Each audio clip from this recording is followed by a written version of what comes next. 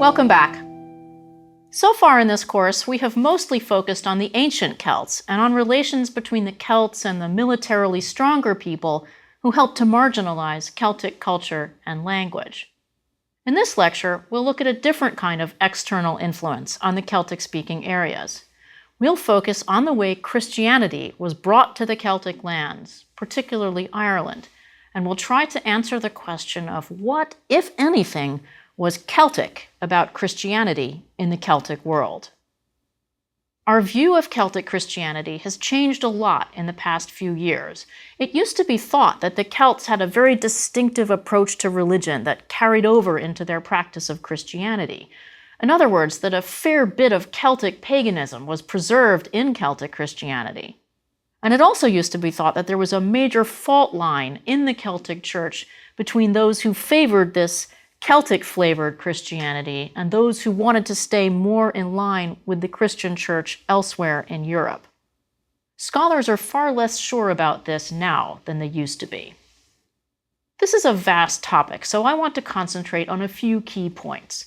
First, I'll talk about how Christianity came to the Celtic-speaking lands, especially Ireland.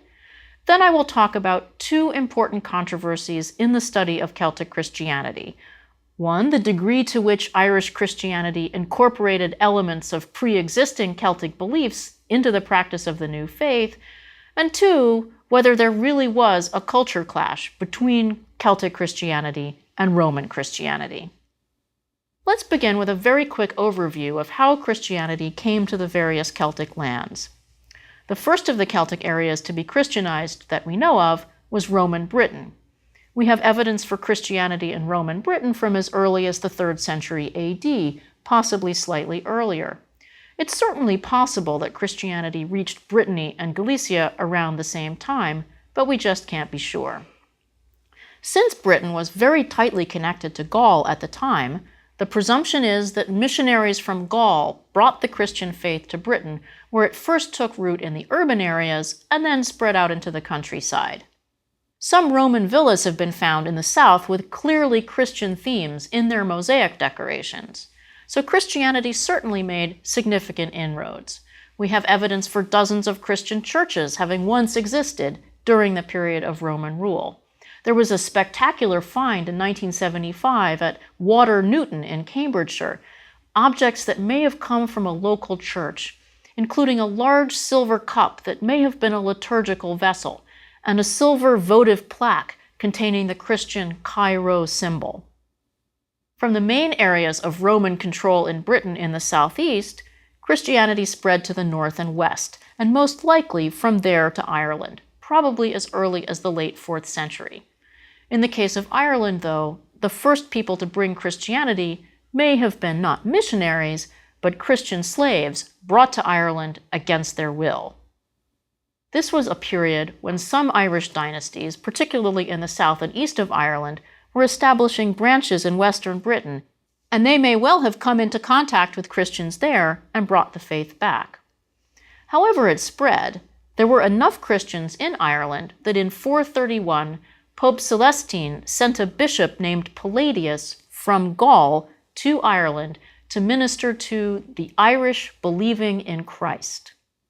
So the Christian community by this point must have numbered in the hundreds at least, and it must have been vocal enough to be heard all the way in Rome. Palladius duly went to Ireland, and he seems to have had several disciples as well, and all of them founded churches, mostly in the southeast. We know very little about their work, unfortunately, because no written sources about their mission survive.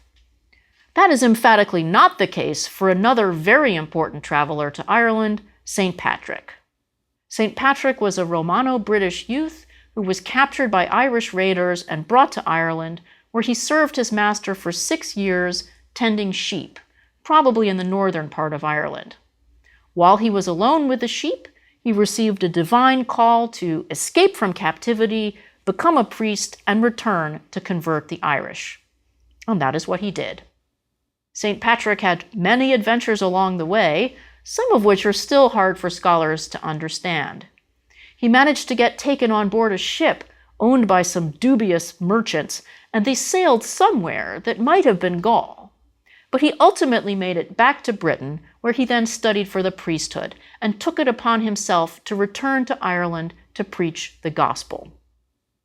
We know all of this because of two texts that he wrote, one of which I have already discussed in detail in an earlier lecture, namely his letter to Coroticus, the British or Pictish slave trader who had stolen some of St. Patrick's newly baptized converts. But it is the other text, St. Patrick's Confessions, that tells us more in general terms about what his mission was actually like. Let me just take care of two well-known stories about St. Patrick right at the start. He did not drive the snakes out of Ireland.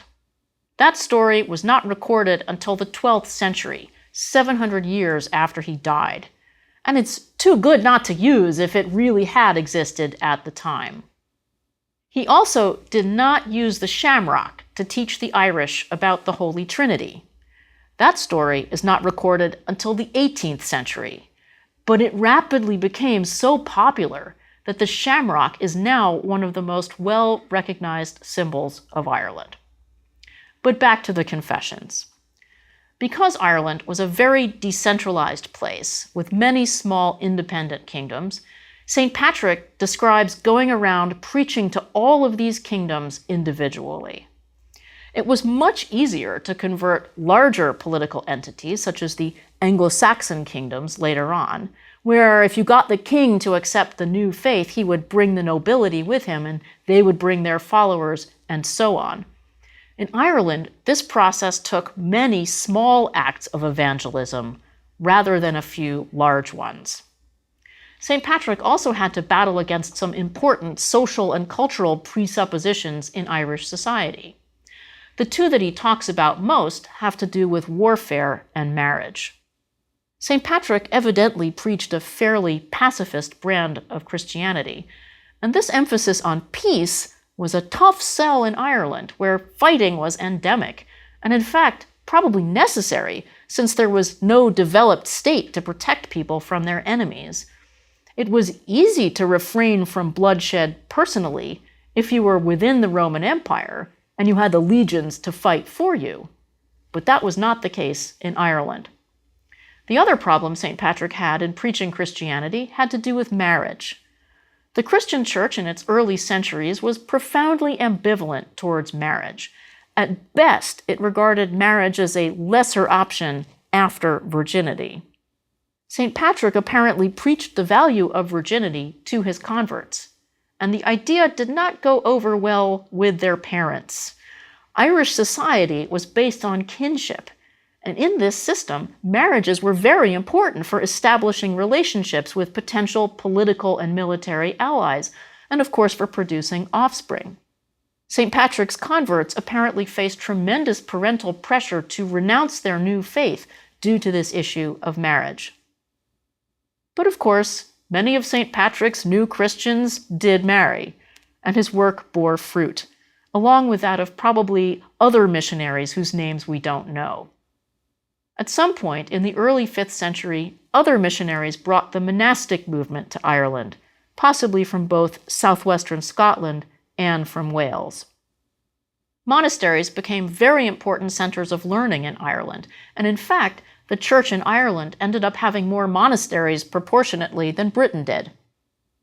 The decentralized nature of monastic churches fit very well with the Irish political landscape, where territorial bishops did not take firm root until many centuries later. Christianity in Ireland was thus solidly grounded, thoroughly integrated into the life of the country, but not organized along the kinds of hierarchical lines that would be more typical on the European mainland. Let's talk now about one of the most famous monastic figures in early Irish history, St. Bridget. Bridget is important because she really allows us to confront the question of how distinctive Celtic Christianity really is. There has been tremendous scholarly controversy over the last few decades about St. Bridget. Let me tell you first a few things about her life, as we know it from the earliest hagiographical texts, and I think it might be apparent quickly what is so controversial about her. We have 3 biographies of Bridget that survive from the 7th and 8th centuries, of which 2 are in Latin and 1 is in Old Irish. This would seem like a lot of information to go on, if we didn't know that Bridget was born at some point in the 5th century AD, about 2 centuries before the earliest written texts about Bridget. So here's the outline of Bridget's biography. She was born in around 451 AD as the daughter of a chieftain from Leinster in Eastern Ireland and a Christian slave who may have been a Pictish captive converted by St. Patrick. She was famously generous from early childhood. When she gave away all her mother's butter, it was miraculously regenerated so that she would not get in trouble. But she kept giving stuff away, and this annoyed her father so much that he took her to the king of Leinster to sell her into slavery. But while the father and the king were talking, Bridget gave away the king's jeweled sword to help feed the family of a beggar. The king was impressed and persuaded Bridget's father to grant her her freedom, and she traveled around Ireland healing the sick and making peace.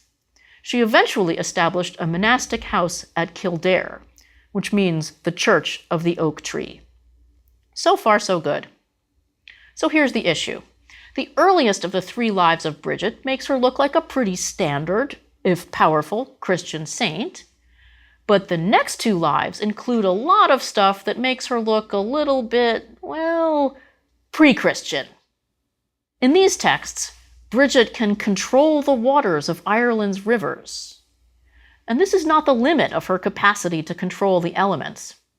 As one scholar of St. Bridget puts it, dark and impenetrable woods gave up easy paths to those under her protection, while thieves lost their way in broad daylight. So Bridget is starting to look a little bit more like a nature goddess than a Christian saint. And these texts have led some scholars to theorize that Bridget was not a real person at all, but a goddess figure who has been recast as a Christian saint. But scholars are divided on which way the influence goes. Was Bridget a goddess who took on the attributes of a saint?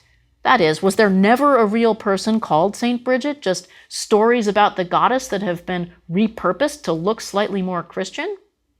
Scholars who believe this theory point to the fact that there is a Celtic nature goddess named Brieg, whose name has been found in many parts of the Celtic-speaking world, for example, in the British tribal name Brigantes, and indeed in the name Britain, and the Austrian city named Bregenz.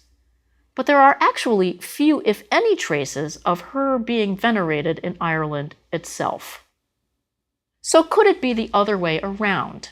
Was St. Bridget a real person whose biographers made her look more like the goddess that the still semi-pagan Irish would have been familiar with, in order to make the real human person seem more impressive? I am more persuaded by the second argument, that St. Bridget was real, and that the people who wrote about her progressively made her look more and more like a goddess, for literary effect. But we will probably never know for sure. The main point to take away from the story of St. Bridget, I think, is the fact that early Irish Christianity had more than a small share of pagan elements blended into it. But, as is always the case, it is important not to overstate the difference between Christianity in the Celtic lands and Christianity elsewhere. In Anglo-Saxon England, in the 10th century, it was common for otherwise completely Orthodox Christians to use special charms against having their cattle shot by elves. So Celtic Christianity is not out of the mainstream in terms of the survival of paganism. The most important aspect of St. Bridget's career was certainly her work as a monastic leader. What was monasticism in Ireland like? Well, it was very ascetic. That is, it emphasized the mortification of the flesh to purge the monk of worldly desires. Monks ate very sparse diets, and most monks initially lived in very simple huts made of perishable materials that no longer survive. But slightly later, they began building in stone. Among the most famous monastic dwellings in Ireland are the distinctive beehive huts that we find in the southwest, such as the Gallerus Oratory in County Kerry. There was also a great stress on pilgrimage, on the willing sacrifice of the comforts of home and family in order to get closer to God. One of the other purposes of pilgrimage, as the Irish practiced it, was not just to deprive you of comfort, but to demonstrate your willingness to subordinate your will to God's will. You would not, in some cases, even plan where you were going, but would leave your destination and ultimate fate up to God. And this was seen as a way to achieve the same spiritual benefits as the martyrs, who also trusted wholly in God. There were three kinds of martyrdom for the early Irish. Red martyrdom is just what you would expect. It meant actually dying for Christ. Green martyrdom meant living an ascetic life right where you were. Finally, there was the white martyrdom of perpetual exile. There were three main areas where Irish monastic pilgrims went. They might go as far as continental Europe. They might also go to other locations closer to home, such as the various parts of the British Isles. Or they might simply abandon themselves to the open sea. More about that in a moment. Irish monks did not just travel abroad as individuals, they also established networks of monasteries that flourished for centuries. The two most important figures in this movement were named Saint Columba and Saint Columbanus. I always tell my students not to blame me that their names are so similar. We just have to deal with it. Let's take them in turn, starting with Saint Columbanus, who was born in about 543 AD and died in 615. Saint Columbanus set out for Gaul with 12 followers. The number was not an accident. He is often depicted with a bear, because at one point he came across a cave where he wanted to settle, but there was already a bear living there. So Columbanus actually persuaded the bear to make way for him. I'm not sure how he did this, but it's a pretty impressive feat. Besides his skills as a bear whisperer, Columbanus was genuinely holy and ascetic, but he was also a difficult man because he insisted on speaking truth to power, in this case, the king of the Franks, who had taken over Gaul by this point, and for whom France is named. Saint Columbanus criticized King Tudebert II for his lax sexual morals. Not very tactful. The real deal breaker, though, was that Columbanus followed a different method for calculating the date of Easter. I'll have more to say about the Easter controversy in a moment, but for now it's enough to know that the Frankish clerics would not tolerate this difference of opinion, so he was exiled from the Frankish court. And this proved to be a good thing in the long run for European culture, because he went on to found important houses all over France and northern Italy that helped preserve the learning of antiquity. Like Columbanus, other Irish priests founded churches in Europe, in what are now Germany, Austria, and Switzerland. And we know that they maintained ties with Ireland for hundreds of years, because some of these houses have manuscripts written in the 9th, 10th, 11th, and even 12th centuries that were clearly written in Irish handwriting, because scholars can usually tell where someone learned to write by the shape of the letters and other key aspects of the handwriting. So we know that these monasteries were still attracting Irish-born clerics many centuries after they were founded. And in fact, these Irish-oriented monasteries were referred to as Schottenkloster, or Scottish cloisters, with the Scottish here actually referring to the Scoti, or the Irish. These houses lasted in Germany in the Protestant territories down to the Reformation, and in the Catholic territories all the way to the dissolution of the monasteries in the 18th century. So the impact of those Irish pilgrims to the continent endured for more than 1,000 years. As I said, at these monasteries, precious classical manuscripts were copied and preserved, leading to the claim that the Irish saved civilization, which formed the title of a best-selling book a while back.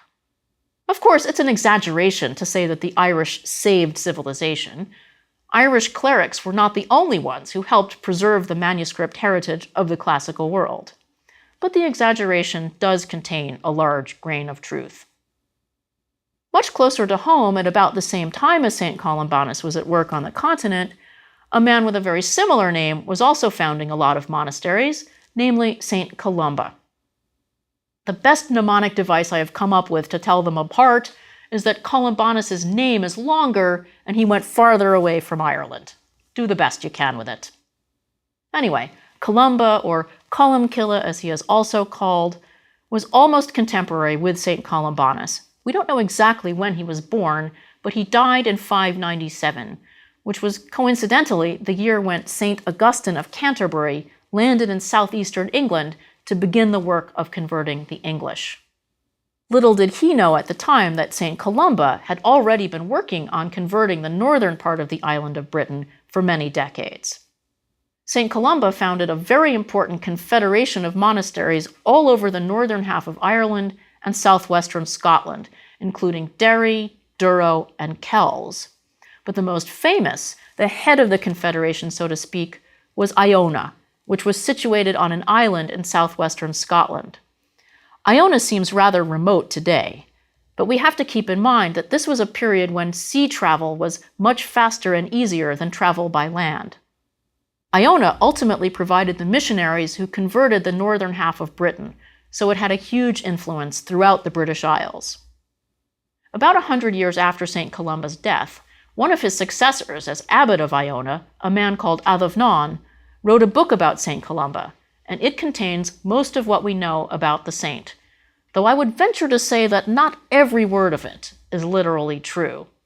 I would, for instance, point out the passage that contains the first written mention of the Loch Ness Monster. Here is what supposedly happened. St. Columba was walking along the shore of Loch Ness when he came across a group of people gathered over the corpse of a man who had washed ashore after being mauled by the beast. So the saint ordered one of his followers to swim across the loch, basically to bait the monster. And of course, the beast appears, and it's going for the man, when suddenly the saint makes the sign of the cross, and the beast flees in terror so fast that it looks as if it is being pulled away by ropes. And the swimmer makes it safely ashore.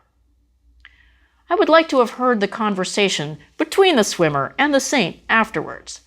Perhaps something along the lines of, "Gee, boss, the next time you want to demonstrate your saintly power, could you use someone else as bait?"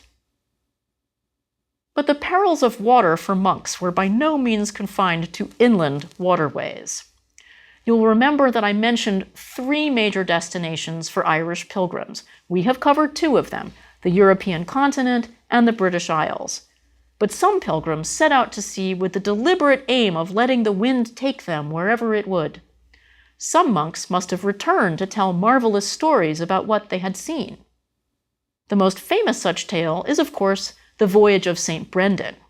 St. Brendan was a monk who supposedly set out with his companions to find the Isles of the Saints.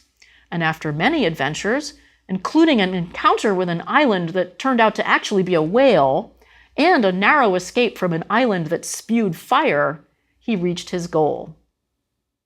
Many people have read this story as a description of a transatlantic voyage to Newfoundland.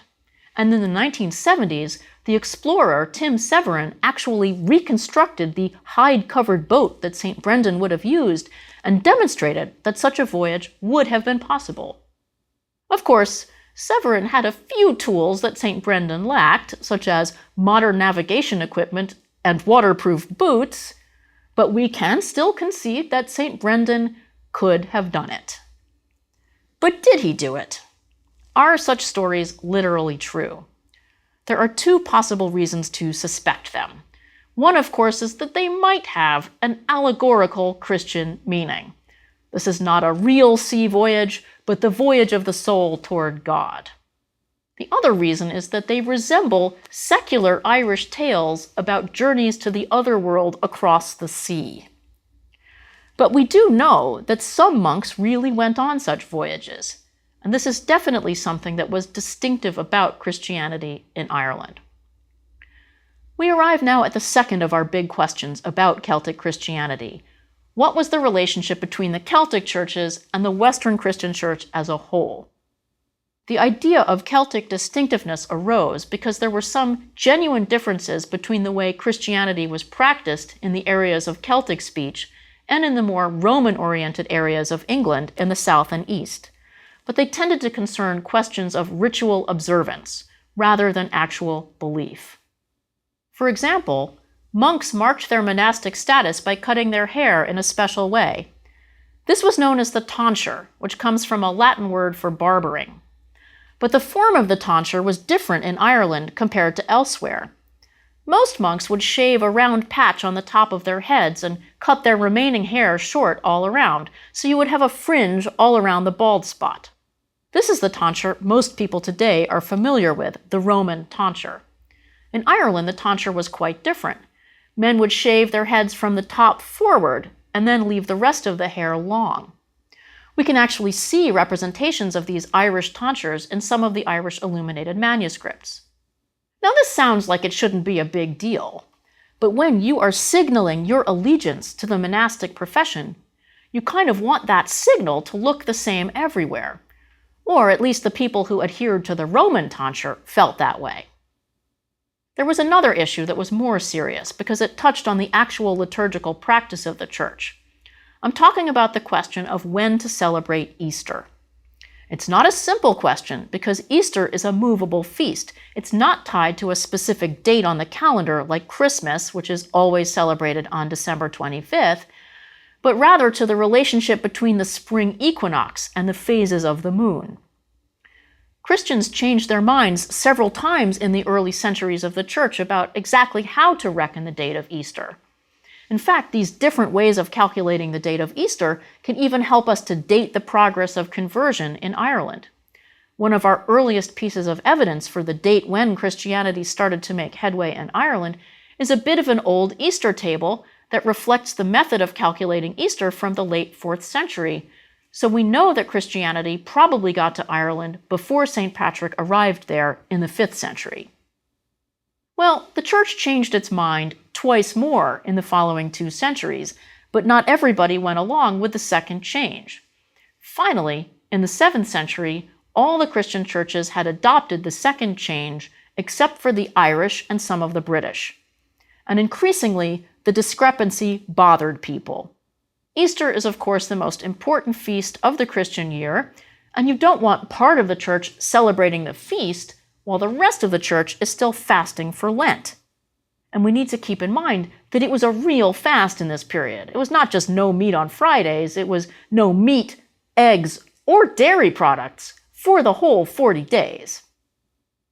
The Irish churches of the south of Ireland got together in the year 631 and decided to conform. But most of the northern Irish churches held out. So keep in mind that this is now a split within the Irish church. The same geographic split between north and south also held on the island of Britain, because northern England in particular was largely Christianized by Irish missionaries from Iona who used the older date of Easter. Meanwhile, in the south of England, they were using the newer date of Easter that had been introduced in Rome. Things might have carried on this way in both Ireland and Britain, but what do you do when North and South are married to each other? In the 660s, the Northumbrian king Oswy was married to a princess whose mother came from another part of England where they used the Roman Easter. Husband and wife each followed the Easter they were used to, so sometimes when spring rolled around, it would still be Lent for the queen, so she would still be fasting, but Easter would have already arrived for the king, so he would be feasting. And that didn't work so well at court. So in 664, a meeting was held called the Synod of Whitby, at which the king got his advisors together and they decided once and for all to use the Roman Easter. This meant that England was going to orient itself much more towards the continent than towards Ireland. So Irish influence in England diminished. The Synod brought most of the so-called Celtic churches within the Roman orbit, but some aspects of church practice remained distinctive for many centuries thereafter. Now, scholars have recently cast some doubt on the traditional story of the Synod of Whitby. Almost everything we know about the Synod comes from a book written by a Northumbrian monk, that is, an English-speaking monk, named the Venerable Bede. In the 720s and 30s, Bede wrote the ecclesiastical history of the English people, and we can confidently state that Bede was biased towards the English. Bede was interested in demonstrating that God had been at work in a special way among the English, and he was also very strongly pro-Roman in his church politics. That is, he wanted to emphasize the importance of the Roman mission to England in Christianizing the English, as opposed to the role of the Irish or the British. So he tended to create a very stark dichotomy between Roman Christianity on the one hand and the Christianity of the Irish and British on the other. But it's easy to exaggerate these differences. They irritated people at the time, sure, but probably not as much as we might think. We should keep in mind that the Christian churches in the centuries just before the Synod of Whitby had been convulsed multiple times by serious, even fundamental disagreements on core aspects of Christian doctrine, such as the relationship between the Father and the Son within the Holy Trinity, or the nature of Christ.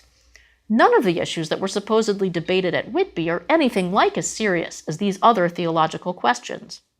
That doesn't mean they were not serious distractions at the time, but we should resist the idea that in and of themselves they represent some kind of distinctive Celtic Christianity. So how Celtic is Celtic Christianity? The picture is rather mixed. On the side of distinctiveness, we have these pagan literary touches in the lives of St. Bridget. We have the special emphasis on particular forms of pilgrimage. But on balance, the most important thing to note, I think, is how the conversion of the Celtic-speaking areas to Christianity tended to tie them to the rest of Europe, rather than reinforcing their differentness.